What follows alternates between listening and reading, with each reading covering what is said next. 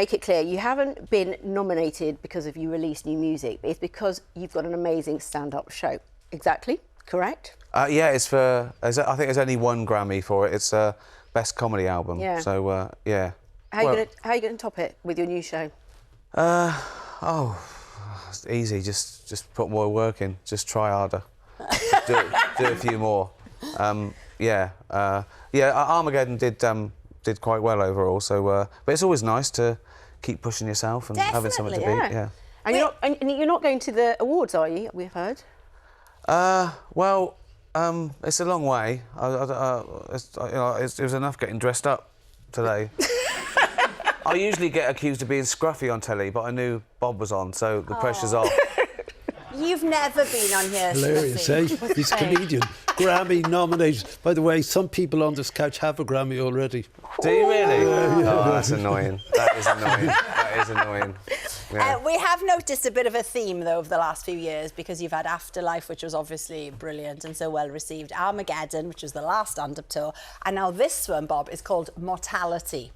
It's quite dark, isn't it? Well, I mean, I suppose that's what sort of comedy's for, isn't it? To get us over bad stuff. And I think if you deal in taboo subjects to make them less scary, and I think the audience sort of they relate to that, and people laugh about what they're scared of in a way. So yeah, and the thing is, nobody wants to talk about death, but to do it in a... Well, it's going to happen. So it is. It's coming, isn't it? So get ready for it. Death, you've got to laugh. Yeah, exactly, exactly. And you always tackle the big subjects. Is that in a way sort of you as well, dealing with it and coping with it yourself? I guess so. I mean, it is humour is a coping mechanism, and it gets you through stuff. It also, I think, it makes people feel at ease. I think if you're laughing about something, the world's not that bad, So I like dealing taboo subjects because the audience are already a little bit nervous, which is nice to take them through a scary forest and out the other end. So that's why I deal with it. Yeah, and it is a serious subject. So, Bob, where do you find the comedy in your life, or light relief? Approaching death, obviously. I mean, it's the euphemism. Why do we keep saying he passed? He didn't pass. He just went. Yeah. And all these ways to avoid saying it. Comedy in life is living it. It's kind of farcical in the end. It's troublesome. It's I agree, and I think I think most comedy at its best is saying we're all idiots and we're all going to die, so enjoy life. I think I don't want to. This isn't a morbid. It's a celebration. Yeah. I look at life warts and all. I always have in all my stuff. It's all the good and bad. And you look at life from all sides now, from in and out, and still somehow it's life's illusions. I recall. Double act coming on. But the new tour, like Elmo and Kermit. The new tour. We do both have an hand up. To be honest, I haven't seen you. We together work each before, other. But it works These well. are false arms. That's why we're sitting so still. That's why he's laughing. Look.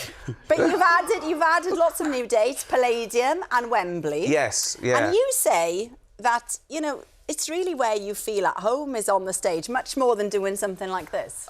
Yeah, because I can't say the wrong thing on stage. It's sort of my domain, and I'm a comedian. I'm meant to say the wrong thing. That's what And if I had to do a play, if it was someone else's words, I feel it's like I'm okay when I can only let myself down. Like here, I could let everyone down, and that's what's nerve-wracking. But on stage, it's only me that I can let down, and I'm fine with that. I'm fine with letting. I let myself down all the time, so it's no biggie. Well, you're at home on the stage, and you did come to comedy later in life. Was it always something you wanted to do, or? Not really. It's always something I did. The funniest people aren't a professional comedian. They're your granddad or your mate, because you've got that. You've got that knowledge of them. And I was always mucking around. I was always cheeky at school, and. It was just that I didn't really think it was a possible vocation till I think I tried about 37. I was made redundant, and I said I'd give myself 6 months to give this a go, and it sort of worked out. I mean, I could be sleeping in a car now, you know what I mean? Like him, but it all worked out well.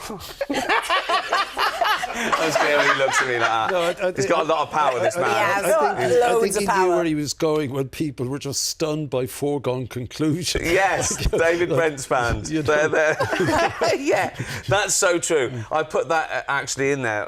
When I was trying to be a pop star, I remember playing a Unlike gig. some other people. Yeah, Sitting beside you, thank you. At the Bull and Gate, there was my girlfriend in the audience, and we still did the gig. We thought it was a free rehearsal. So I think comedy worked out better than rock and roll for me. Now, tickets for the new dates of Ricky's show, Mortality, go on sale this Friday morning at 10 o'clock. They do.